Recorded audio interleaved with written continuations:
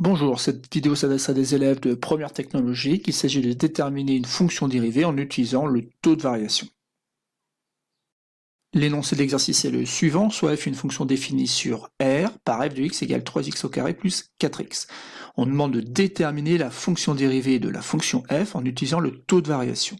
Donc dans un premier temps, vous allez exprimer f de x plus h, puis après vous allez calculer donc le taux de variation entre une valeur x qui est fixée et une valeur x plus h. Et enfin, on fera tendre h vers 0 pour avoir f' de x, autrement dit le nombre dérivé en x pour une valeur de x fixée.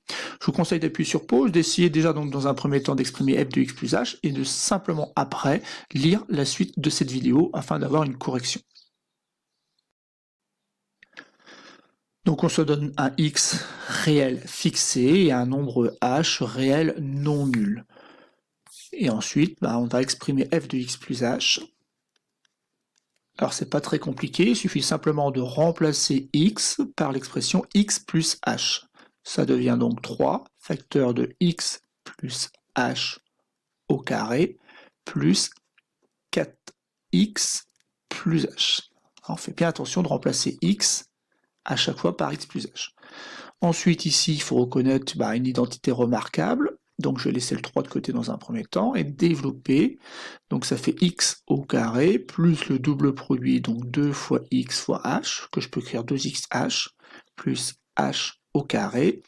Et la dernière partie de l'expression, là, je vais développer pour obtenir 4x plus 4h.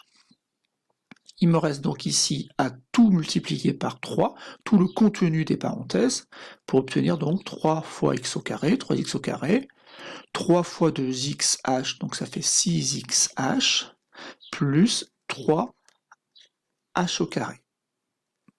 Et enfin, il faut rajouter 4x plus 4h. Donc j'obtiens donc ainsi une expression qui donne l'image d'une quantité x plus h par la fonction f. Cette expression peut paraître, il est vrai, un peu compliquée, mais c'est pas très grave, on va voir qu'après ça se simplifie. Donc maintenant, on va calculer le taux de variation entre deux valeurs, donc la valeur x et une autre valeur qui est en fait x plus h. Donc il faut se revenir en fait de la définition de taux de variation, donc c'est la différence entre f de x plus h et f de x divisé par h. Bon, f de x plus h, on vient de l'exprimer, donc ça fait 3x au carré, il suffit de recopier, donc plus 6xh, plus 3h au carré, plus 4x, plus 4h. Et là, il va falloir faire un petit peu attention, parce qu'en fait, il va falloir enlever f de x. Alors pour enlever f de x, il faut enlever toute l'expression de f de x. Donc c'est pour ça ici qu'il faut absolument mettre des parenthèses, et ça devient donc moins, entre parenthèses, 3x au carré plus 4x, le tout bien sûr divisé par h. Bon, et après, il va falloir bien sûr essayer de réduire l'expression au numérateur, et donc dans un premier temps, faire disparaître les parenthèses. Alors ces parenthèses sont précédées d'un signe moins, donc c'est pas très compliqué, mais il faut faire attention, ça va devenir moins 3x au carré, et attention, il y avait plus 4x dans les parenthèses, mais il y a un moins, donc c'est comme s'il y avait une multiplication par moins 1, et donc ça va devenir ici moins 4x. Donc quand je supprime les parenthèses, voilà ce qu'on obtient, moins 3x au carré, moins 4x.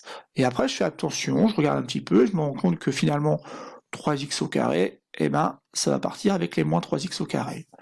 Que le 4x qui était là, il va disparaître avec le moins 4x. Et finalement, quand on regarde, il ne nous reste plus que 1, 2, 3 termes au numérateur, et ces termes, en fait, à chaque fois s'écrivent avec h. Autrement dit, on va pouvoir mettre en facteur h. Donc on y va. Donc ici, on a 6x fois h, donc je peux écrire que c'est h fois 6x.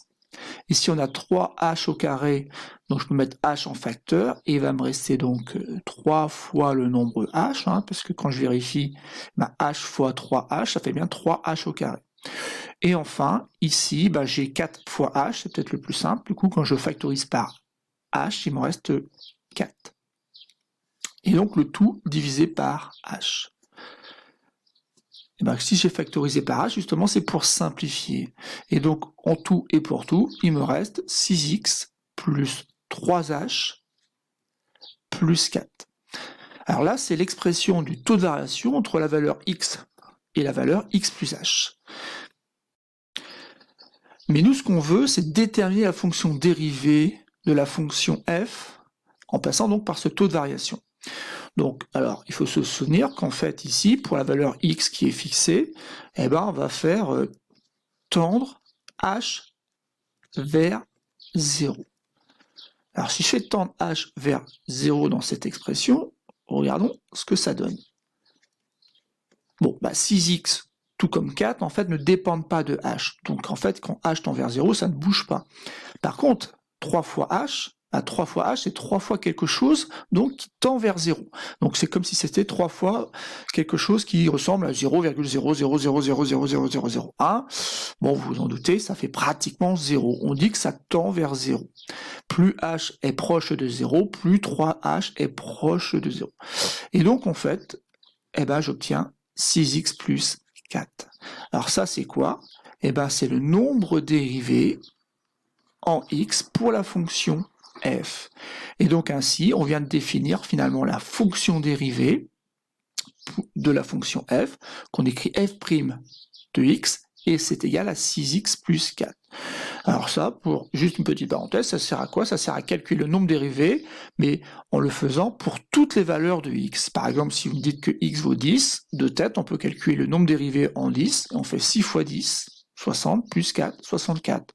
Si x vaut 3, ça se fait aussi bien, 6 fois 3, 18, plus 4, 22, et donc ainsi on peut calculer n'importe quel nombre dérivé, et on verra que ça a une importance pour la suite. Voilà, c'est tout pour cette petite vidéo. Il est vrai bien sûr qu'on va pouvoir calculer une fonction dérivée d'une manière différente, et sûrement beaucoup plus facile dans la suite. Mais pour l'instant, on est passé par le taux de variation.